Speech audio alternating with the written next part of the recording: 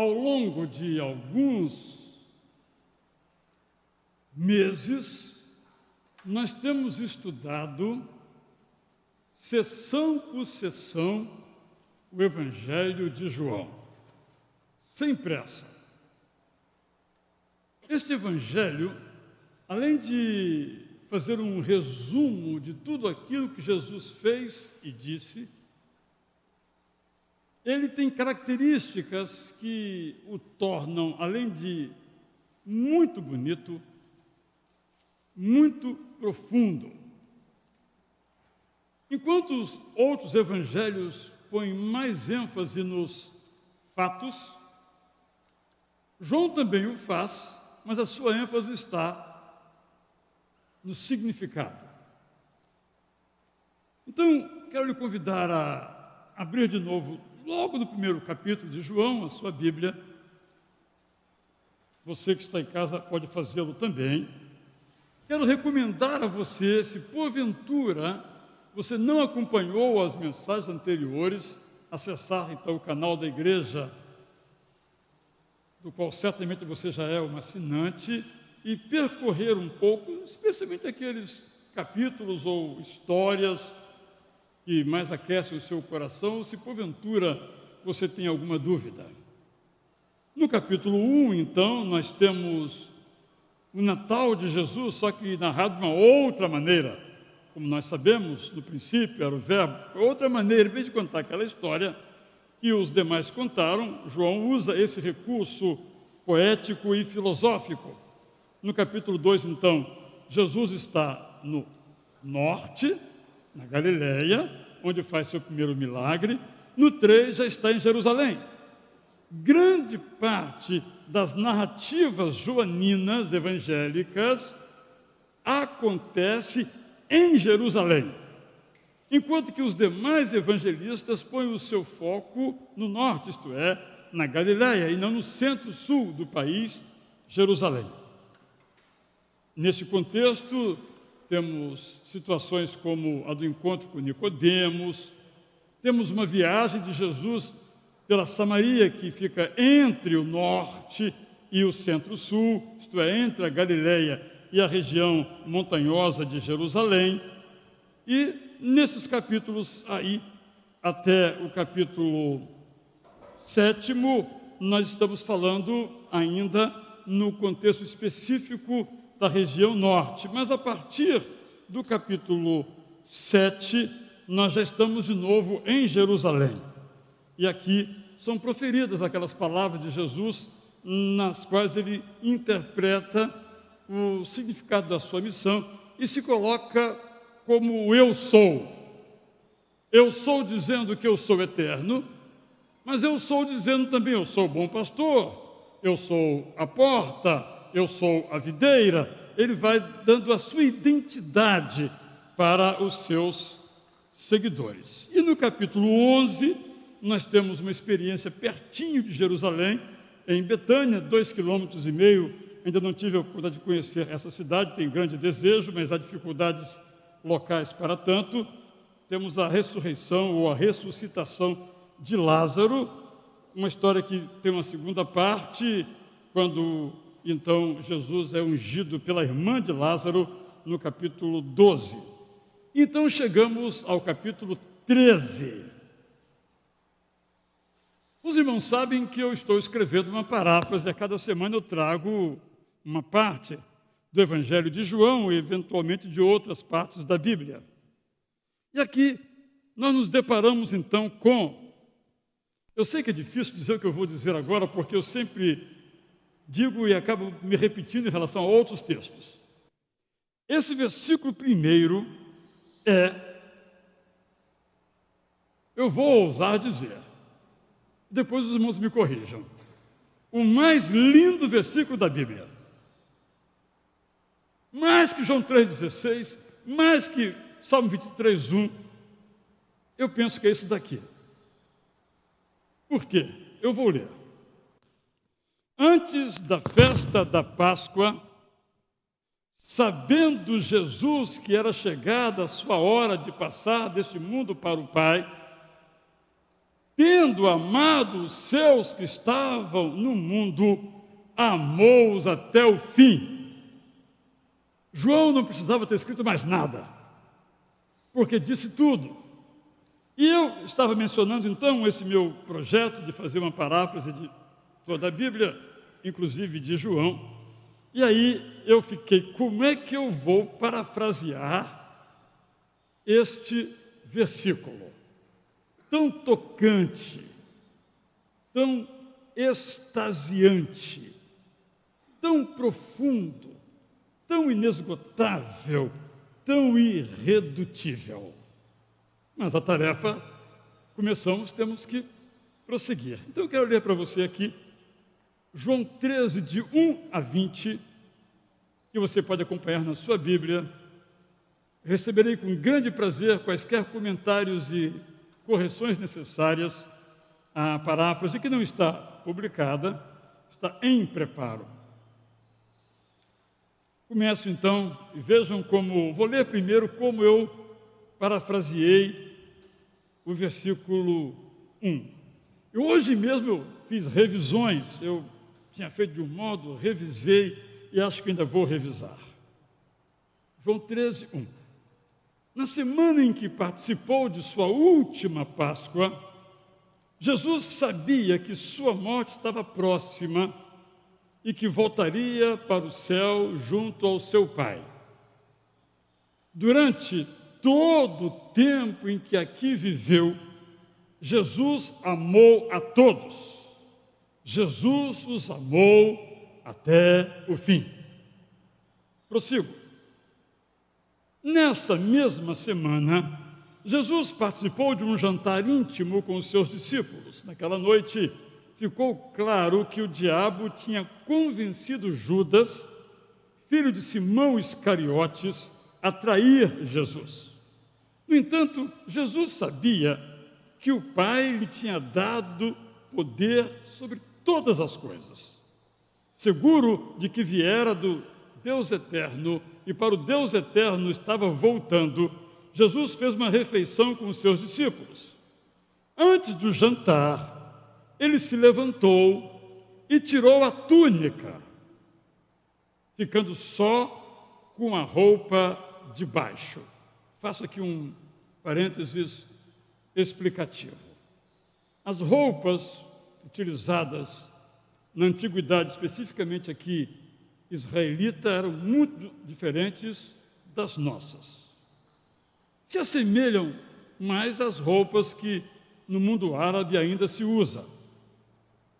Era uma roupa principal, uma túnica grande, que geralmente ficava na entrada da casa, uma espécie, chamamos assim nós hoje, de cabideiro, e que em casa as pessoas não usavam essa túnica, só quando iam sair. Aspas seria o nosso paletó para os homens, mas é inadequado, não guarda relação. Então, quando eles iam sair, eles colocavam aquela roupa. Até hoje é assim. Por exemplo, no Egito, é assim, na Jordânia, é assim entre os árabes em Israel, embora menos, porque em Israel eles estão mais ocidentalizados. Debaixo dessa roupa, tinha uma outra roupa, que era a roupa que usava em casa, ficava em casa com essa roupa. Era o seu normal, um trabalho da casa, um trabalho ali fora, perto da casa, na agricultura, era essa roupa. Quando saíam, ou para o comércio, ou para alguma atividade, aí colocavam uma túnica. Só para entendermos essa menção aqui. Retomo, então. Antes do jantar, Jesus fez uma refeição com os seus discípulos, ficando só com a roupa de baixo.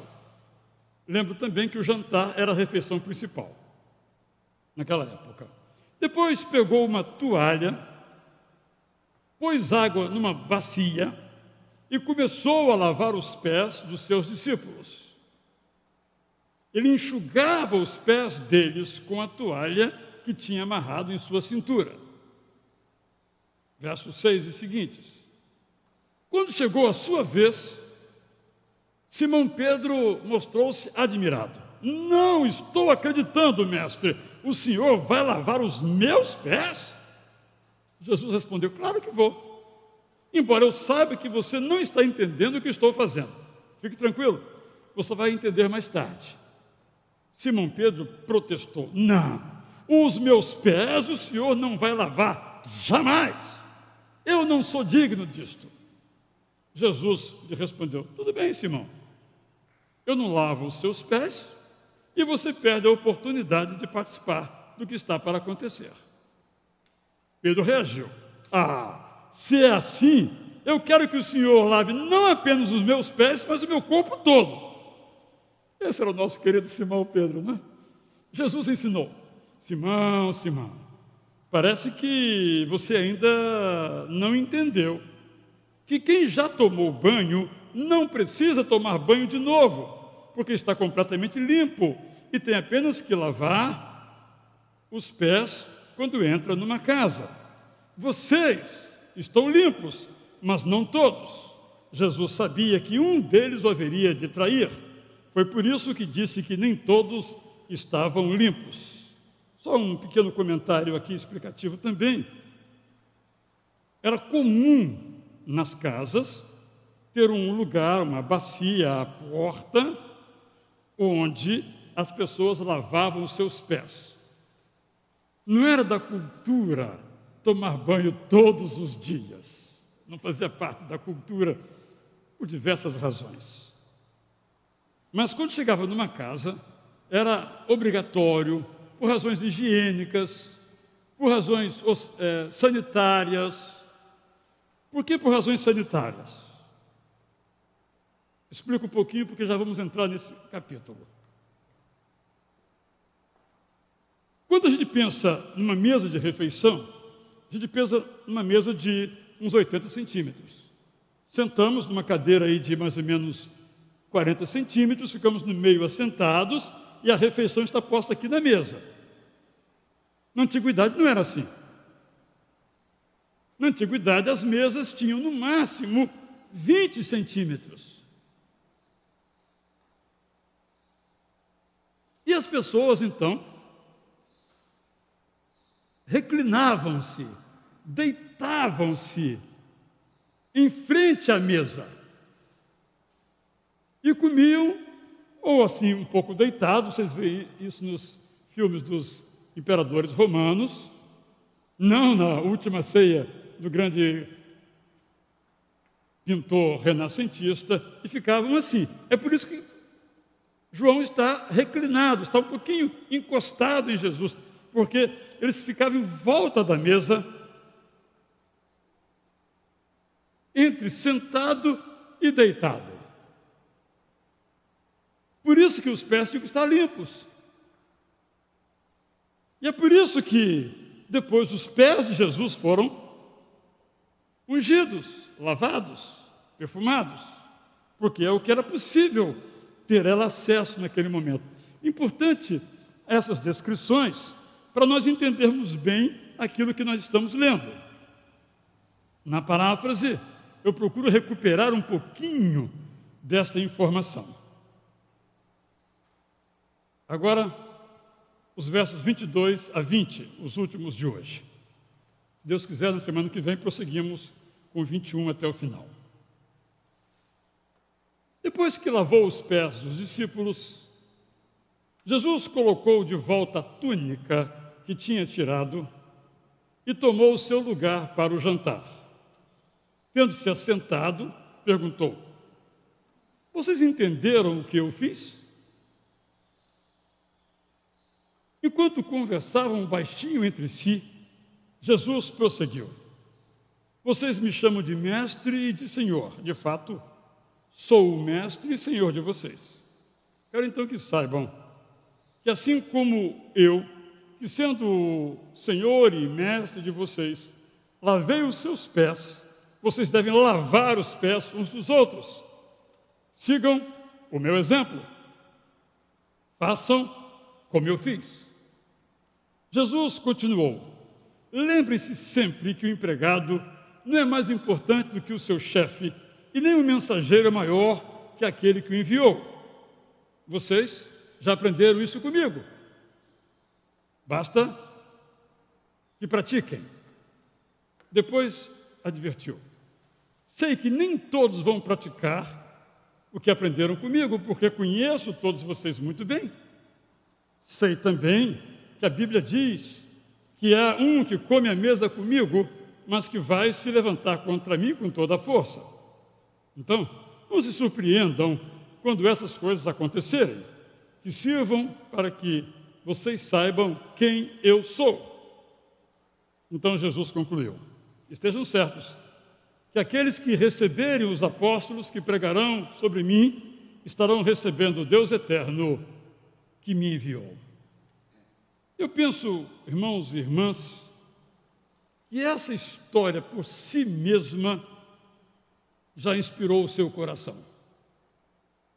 Ela é suficientemente clara, embora o autor não traga nenhuma lição de moral, não faça nenhuma aplicação, ela é suficientemente clara para nos convidar a pensar, a repensar a nossa vida. Mas eu quero apenas dizer duas palavras. A primeira, falando dos amores humanos que temos nesta narrativa, das pessoas que amam. O primeiro é Judas. Judas ama Jesus, mas Judas se decepciona com Jesus e trai a Jesus. Judas tipifica aquelas pessoas que têm expectativas sobre os outros, sobre as outras, que não são realistas, que não são possíveis. Muitas vezes nós temos sobre outros, nosso pai, nosso filho, nosso cônjuge, nosso colega de trabalho, expectativas que eles nunca vão realizar. Porque tem as suas histórias, tem as suas vidas, não vivem em função de você. Tem as suas características, os seus projetos, os seus sonhos, os seus traumas, as suas dores. Muitas vezes, essas pessoas se decepcionam, mas espero que jamais façam como Judas. Judas, decepcionado com Jesus, possivelmente porque tivesse uma causa em mente, uma causa de natureza política, uma causa de natureza ideológica, e Jesus não correspondeu com essa causa, ele ficou com Jesus decepcionado. É uma hipótese bem plausível. Então ele trai a Jesus. É uma reflexão, né? Porque também quando amamos, nós traímos. Que não traiamos, jamais. O segundo homem que quero registrar aqui em seu amor é Pedro. Pedro é alguém que ama Jesus. Pedro deu inúmeras demonstrações de amar a Jesus, mas o amor de Pedro é o amor do impulso, é o amor do momento, não é o amor constante. É assim que muitas vezes também nós amamos. Amamos no sentimento apenas, sem atitude. Amamos às vezes com muita intensidade, mas não até o fim.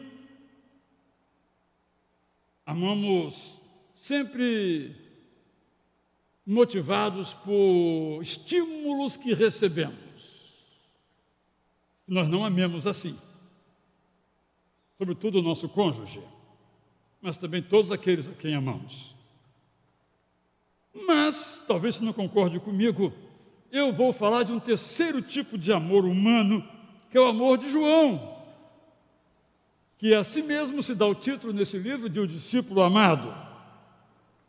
Ouso dizer, eu nunca vi ninguém dizer isto, mas quero usar nesta hora como um recurso, como uma licença, com licença também, que João é o amor que busca privilégio. Eu sou amigo do rei, eu sou amigo do fulano, eu sou amigo do chefe, eu sou aquele de quem ele mais gosta, eu sou o preferido. Filhos se acham preferidos? Geralmente não são, raramente isso acontece, embora possa acontecer. Amor, portanto, que busca honra, que busca algo que possa lhe fazer o bem e lhe trazer o bem. E aí, novamente, quando nos encontramos com as personagens da Bíblia, nós devemos usar essas personagens como espelhos.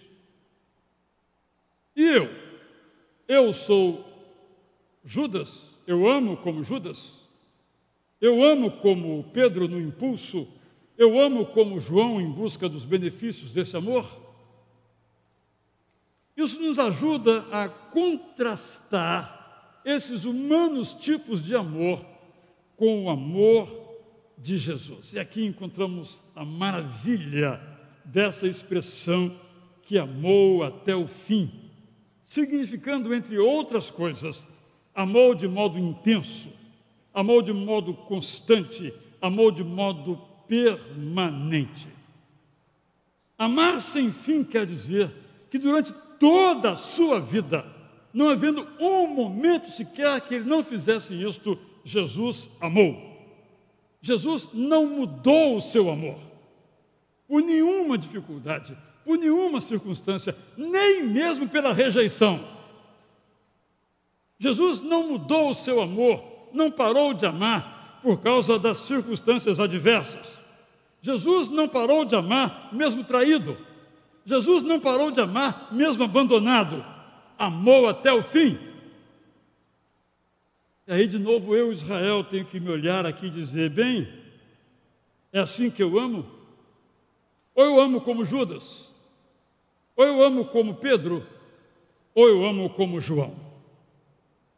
Penso que esse amor de Jesus tem uma segunda característica que nos fala profundamente a alma.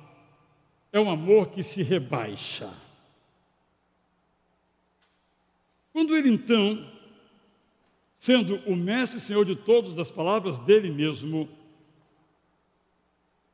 lava os pés dos seus discípulos, algo totalmente inesperado, inusitado, e certamente deixando os seus discípulos atônitos e perplexos, Jesus mostrou como é o amor dele.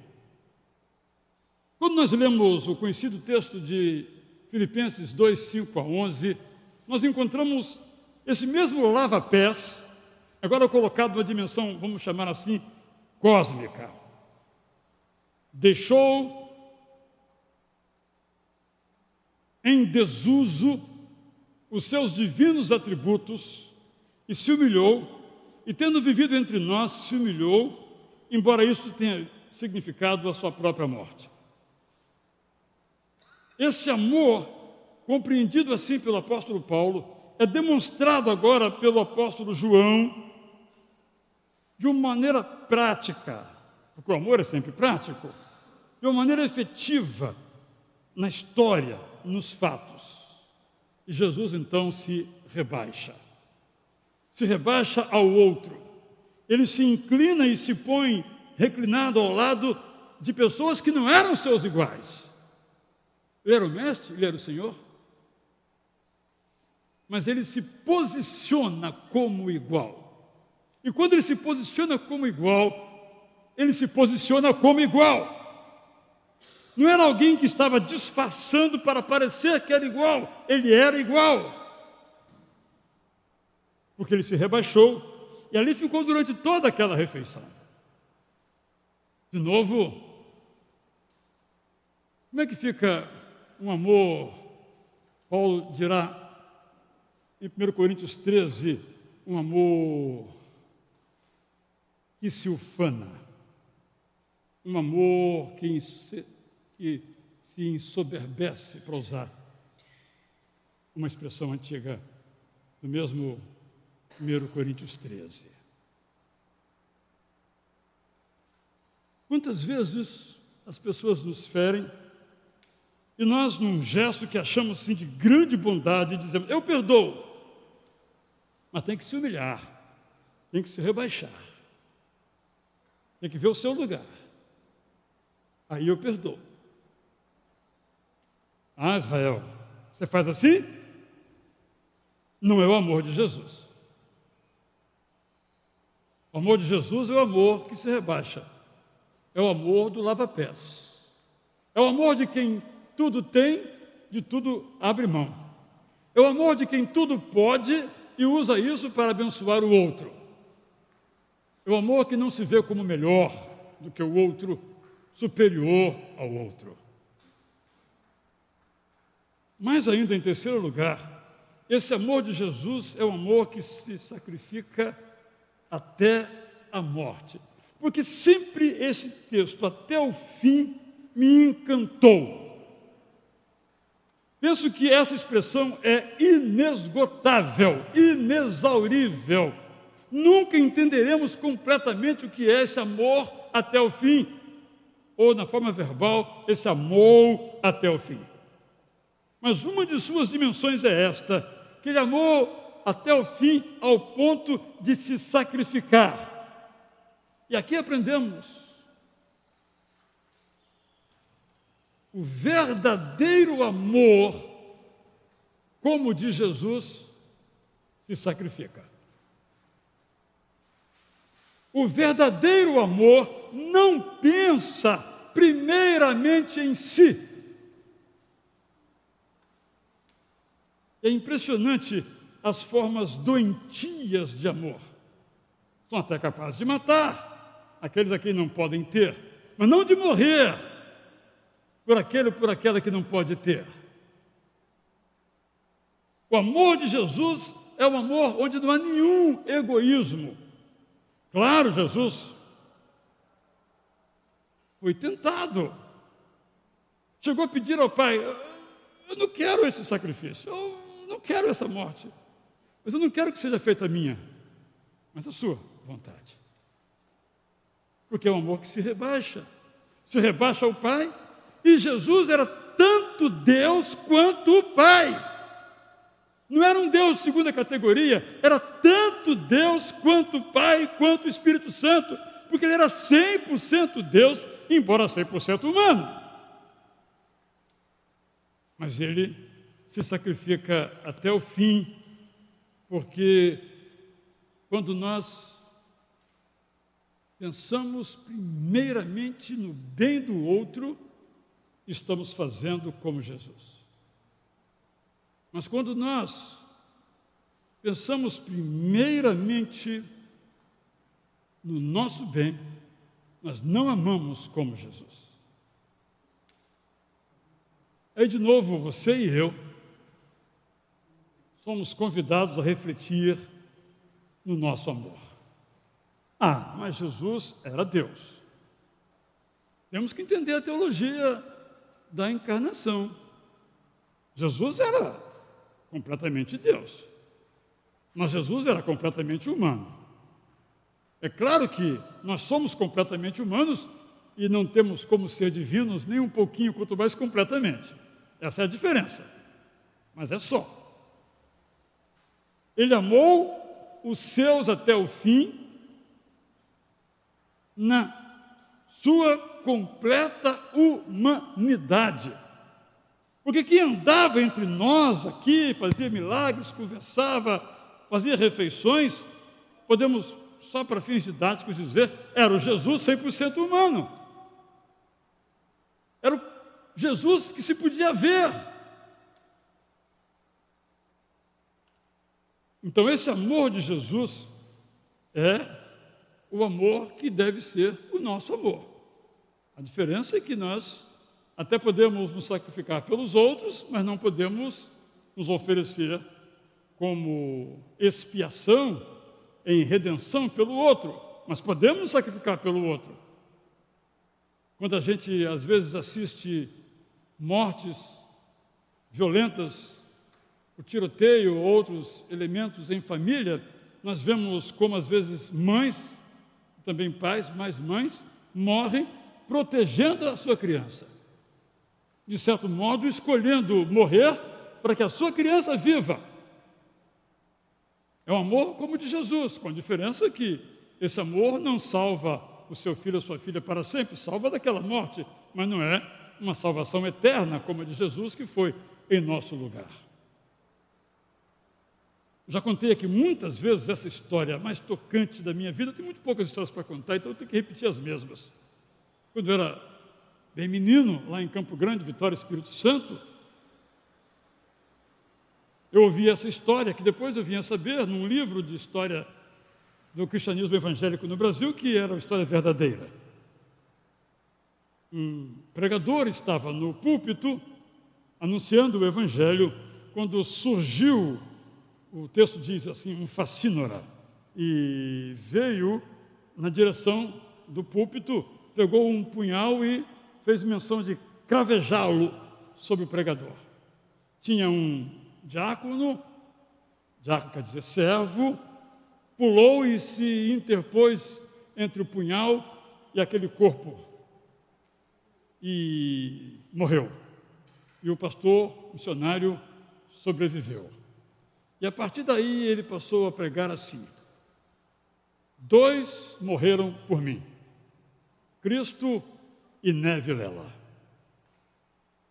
Mas esse pastor, que sobreviveu àquele ataque quase realizado na sua vida, morreu.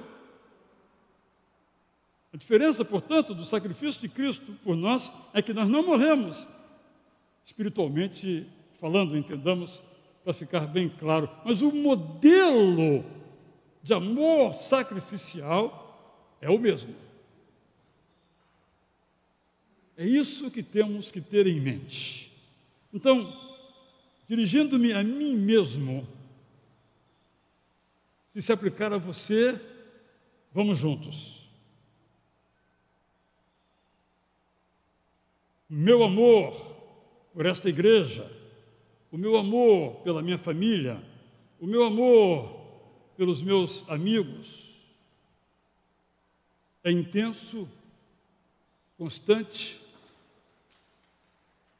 até o fim? Ou depende?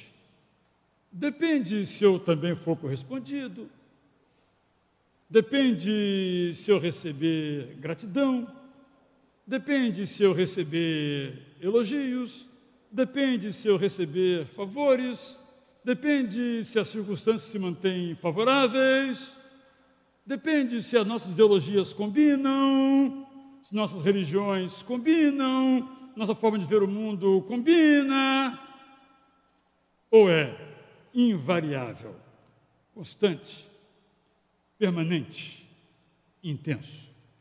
Eu me pergunto e respondo: às vezes sim, às vezes não. E eu preciso cada vez mais que esse sim se prolongue e o não seja abafado até desaparecer. Nosso modelo de amar é o de Jesus, até o fim. O nosso modelo de amar é o de Jesus, rebaixando-nos, porque entende que nenhum de nós é superior ao outro.